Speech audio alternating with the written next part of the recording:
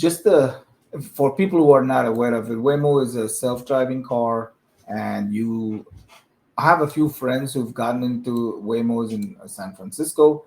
Exciting news! It's in Austin. What you're seeing in the background is they call it the grandma experience. There's nobody driving, but it feels like it's your grandma's car. There's a voice talking to you, offering you something to eat. So anyway, I think it's I don't know if it's real or not, but it's really possible, right? That's what the bottom line is.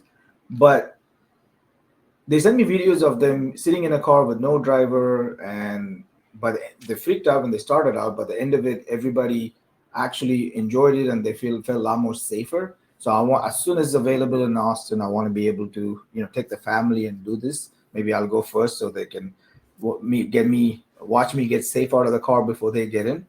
But all that aside, right, I heard the founder's interview, and one of the cool things she's was talking about is how when people are asking it, comparing to the FSD with Tesla, and I'm not the expert in it, but she mentioned the level 3 is where Tesla is, but they are starting at level 4 right now. That's where they are, which means they can handle side streets and all that a little better. But the key takeaway for me was they are trying to build the safest driver possible. They're not really worried about building the best car with all of the gadgets in the car to be able to be a amazing car that you can buy. What they are designing is the best driver. So what that translates to me is Waymo can use it, or any other companies who want to, like a fleet, right? If you want to, even Uber, if they want to leverage this technology on their own car, they should be able to do that working with Waymo, right? So that's my Right. key takeaway from it. But then there's so much other information she said about the safety aspect of it. But I wanted to get your thoughts. Have you seen a Waymo? Have you sat in one? What are your thoughts on it? I have never been on one of these, and I'm excited to be participating in this. I think the first thing when I think about it is the reaction. Like when you go sit in a car with no driver. I think I've seen some people react to it. It's going to be one of these, because already when you are not driving and you're in the passenger seat, you feel different, right? And now there is no Mhm. driver. Like that's going to be a different level. But I think, to be honest, I think the approach is that how can I get a safest driver going? That way, people who are, because once there is no driver, you're obviously going to get distracted. You're going to do other things. So you have to make sure that this is a safe journey, right? So I like that concept. Yeah, so talk about safety. That's one of the key things, right? That's the first thing we say is, will this car stop? I'm gonna die. So they have driven. This is from the Waymo's report. That 22 million miles have been driven. I think they have a fleet of 700 cars, if I understand it right. And then, Wow. but they sell about 100K rides per week, up from 10K a week last year. So it's almost 10x the number of rides that they've been doing. And now they have 2 million paid rides with 22 million miles. Okay. When they launched in Austin, or they were testing it, there was some issues with a lot of cars just basically jamming. They didn't hit each other, but they just jammed the way. I know they're still testing it, but 22 million miles driven, that's a lot. So let's look at the numbers. 20 crashes with injuries, 5 crashes serious enough for airbag, 1 crash involving serious injury. Wow. So when you dive a little bit deeper, out of the 26 crashes, 23 out of the 23 more serious crashes, say 16 were because humans rear-ended a Waymo car. So they still have to report it, but it's not like Gotcha. Waymo car hit something, somebody else hit it. So if you look at it, there's like 4 serious car crashes, which was Waymo's fault with 22 million miles driven. That is 60-70% less than human drivers. So that's the key takeaway for me, because my kid's supposed to be driving in another 3 years, and I don't want her to drive, of course, because I know how bad I was when I started. So if I can put her in a car, or them in a car, and I know the car is 70% safer than not only like a new person driving, an experienced driver in those road conditions, to me that just brings me happiness, right? Like I can feel comfortable putting them. So this is our safest self-driving car tech, and I think we will all be using it one day. This will be the safest drivers, but now I think there's going to be some improvements, right? So what they work in it. So I asked them about. I mean, I was reading about what level 5 is. Level 5 is, what if there's snow? What if there's fog? What if there's heavy rain? do you just shut down the whole fleet or do you continue to work? So they've already tested in fog. If you were in San Francisco, you have to test for that, and it's working well. But they're going to keep improving it. So that's where level 5 becomes this. Even in adverse conditions, can they be this safe? And when you come to that, I don't see why you and I have to ever drive again. Imagine being jumping into a car. The painful part is holding on, paying attention for 3 hours, 8 hours, whatever, right?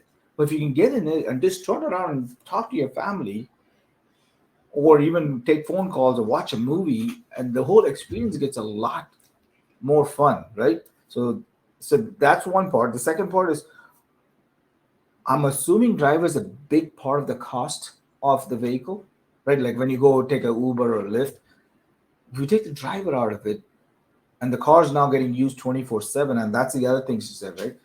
Who's going to be using this? So if you have a car, I have a car, we use it for a daily commute, and then it sits 90% in our garage. What if you add it to the Waymo fleet and Right. they put the safest driver in it, and we can make money? So it's almost like an Airbnb for any car we own could also become a possibility. And if a cost goes low enough, do we even need to own cars if you can just call a Waymo anytime you want to leave?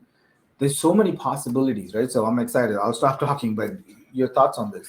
Right, absolutely, Rajni. I think when you are talking about all of this, I'm thinking, what happened to public transportation, right? That's what it is, right? You just get in there, you sit and read a book or something, and you get to your stop and you get down and go, right? So now this is like on demand public transportation, right? So that's the new twist, right? So it's almost like, so I'm wondering whether this is going to increase the traffic on the streets or is it going to decrease? Like, is it a 1-to-1 ratio or is it going to be people pulling together to get into this device to get to some other place? A lot of questions, right? How does it actually solve any real world traffic problem? Safety, I totally agree, right? If all these vehicles are fitted with sensors, fantastic. They all know where they are, so they probably minimize the collision, right? They all Mhm. coordinate and orchestrate and maybe shut down when there's a problem and they won't move. But it's very interesting, like you said, right? You can't stop a human from rear-ending it, reacting to the reaction from the machine. Um, it's very interesting to visualize how this is all going to evolve. It's very interesting. I really want to see whether this is going to. It's definitely in early stages and it's catching attention. But is it going to go the same way like a public transportation? Maybe not. Maybe, right? There are still people who drive stick shift cars, right? Even though there's automatic cars, people are like obsessed with stick shift. So, which way is it gonna go? Right? People are people. I We think it will choose. be a gradual transition, but I can see, like, I think it was iRobot. I don't remember the movie exactly, but all cars are automated. You can manually overtake it if you want. But to answer your question, if everything is automated, now you know the distance you have to maintain. Can you drive faster, right? Instead of 80 miles an hour, can you go 120 because you know that everything is kind of coordinated, they're working together. Um, that's my optimistic thinking. We can get there, but I think it's But going to but take. do It all the might not brakes be in our work then? lifetime. Do all the brakes wear out at the same pace, right? Maybe the car ahead of you can brake in 2 seconds because it has good brakes. What about you? You don't know, right? That is Your brakes true. could be worn out. So it's all very But I interesting. could, okay, so I understand you and I can drive, so we have the option. But what if there's younger kids who are just starting to drive, or older folks who should not be driving, right? And they are driving because That's a that's the good way one. it's laid out, especially in That's a good Texas. one. You can't go Yeah. anywhere without, and that's one of the reasons a lot of people feel like they're stuck at home because they can't drive. They're older. I'm just saying, the improves mobility of people who can't drive. I And I love think that. that's a Yes, I great love use that. case to start That's a with. great use case. Yeah. So to be able to do that, and I think where we headed towards is, like, I know I'm trying to put things something together, right? Like AI is taking a lot of energy. So now either you're opening or open to the idea of not only just oil, nuclear energy to bring your average our cost to as minimum as possible. So now we have surplus energy. And now if you're going to say moving between X to Y, because we're taking the driver out of it and this car can be used 24/7, we're reducing cost per mile lesser. These are like tidal waves that are happening, which means we don't even know what that means to use cases that could happen. But I can only see that these were limiting factors in a lot of decisions that we're making when we're designing systems. If these go down, I just feel like there's a whole world of opportunity that we can't even fathom right now. But moving from here to wherever, the energy is cheap. I feel like it's going to be a great opportunity for entrepreneurs to jump on this in the next 10, 20 years. Not happening tomorrow, but Waymo might be coming to Austin next year. So I'll let you know real live video when I get in one. Maybe full circle, Rajni. Maybe one day we'll be just doing a podcast traveling through space in an autopiloted vehicle, and right? And it doesn't have to be even our face. We have our new AI companions New even avatars. improving our face. Exactly. On that note, that was awesome. I know we have a lot more topics to cover, but that was a great recap of some of the key things that are happening in the last couple of weeks in the AI space.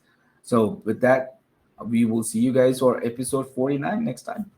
Thanks, Thanks, everyone. everyone.